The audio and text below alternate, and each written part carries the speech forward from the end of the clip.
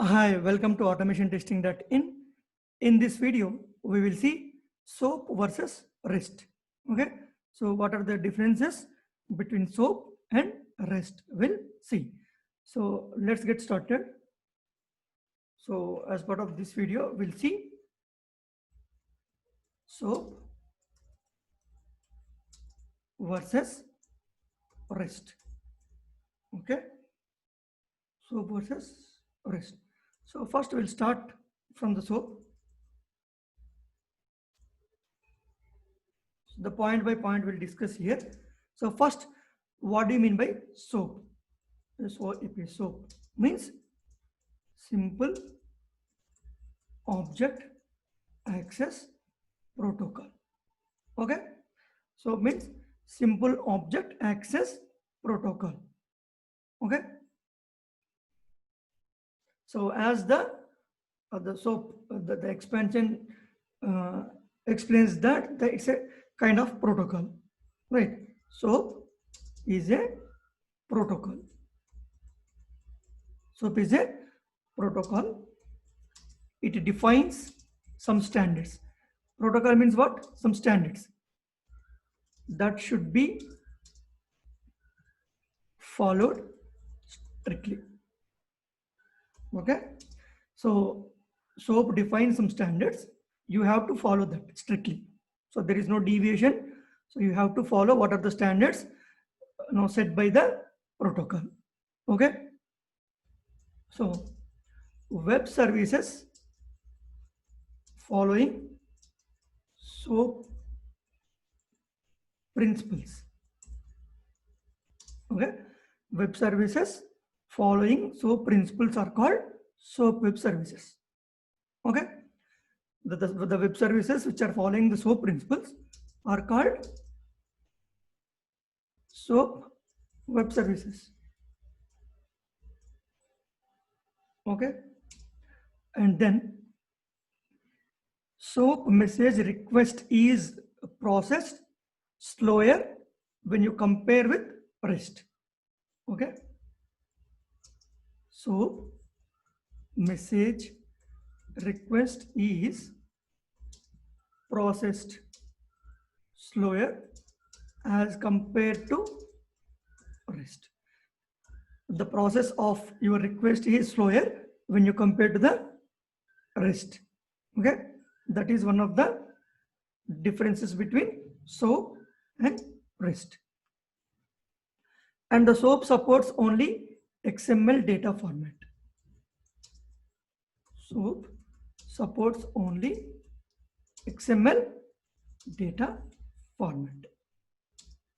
And then SOAP is not very easy to implement. So it is preferred less.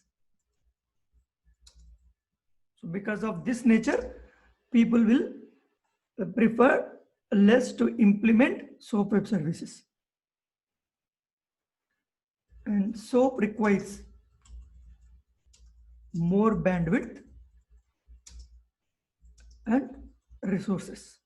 So if you want to use SOAP, then the bandwidth will be more and there are lots of resources you need to use. SOAP message contains envelope, body and header. What a SOAP normally contains? It contains an envelope, body and header.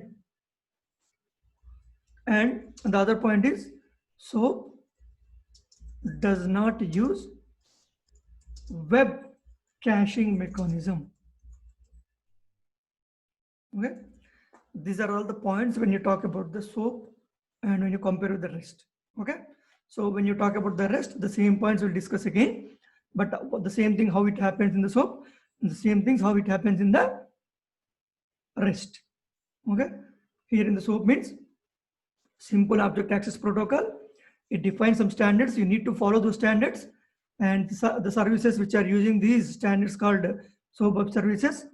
and the process is slower when you compare to the REST, and it supports only XML data format, and it is not easy to implement. That is the reason it is preferred less.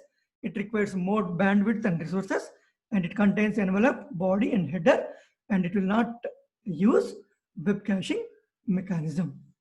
Okay. Now we'll see what is REST.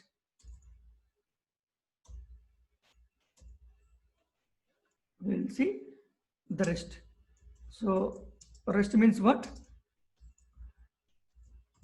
Representational state transfer. Okay. So it's the full form of REST. REST is an architectural style. REST is an architectural style. That is a protocol. This is a kind of architecture. Web services following REST architectural style are called RESTful web services. Right. In the previous, what we discussed here, the web services following SOAP principles are called SOAP web services, and here web services following REST architectural style are called RESTful web services. Okay. And REST message request is processed faster as compared to SOAP. It's simple. The same thing which there we said that it is slower when you compare it with the REST. So because of that, it is faster when you compare with the SOAP. And REST supports data formats like text, XML, and JSON, etc. So it supports multiple data formats.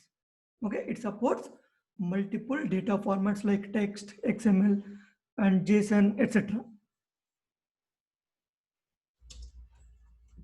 REST is easier to implement.